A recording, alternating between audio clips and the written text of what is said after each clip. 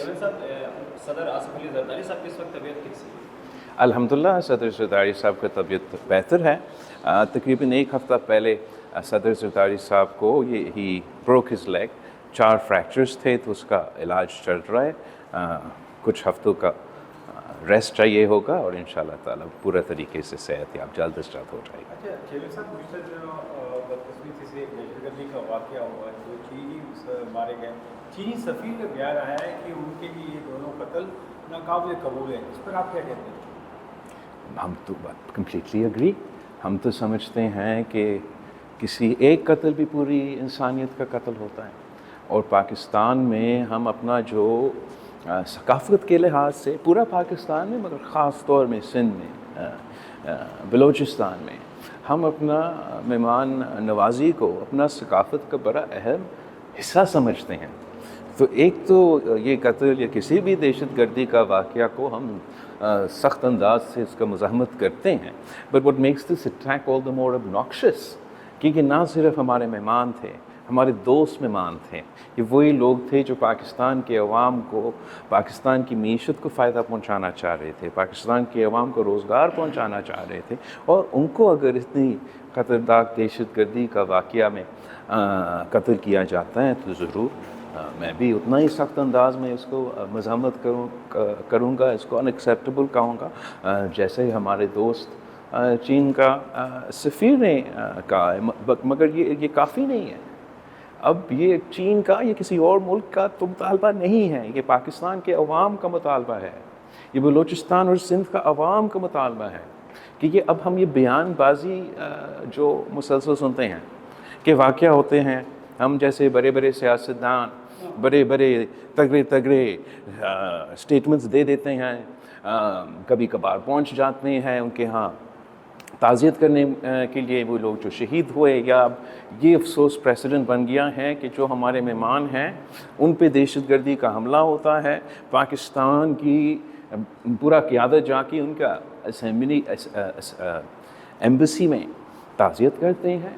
اب یہ تو اپنی جگہ اچھی بات ہے، لیکن ساتھ ساتھ پاکستان کے عوام کو مطالبہ ہے کہ باتیں کم اور ہمیں نظر آنا چاہیے کہ یہ دہشت گردی کا مقابلہ کرنے کے لیے حکومت وقت کیا کرنے کے لیے تیار ہے. ہم سمجھتے ہیں کہ انٹرنیشنل سطح پر، عالمی سطح پر ہمیں اپنے انٹرنیشنل پارٹنرز کے ساتھ مل کے یہ پورا بین الاقوامی جو نیٹ ورک ہے اس کو ایکسپوز کرنا چاہیے، اس کا مقابلہ کرنا چاہیے.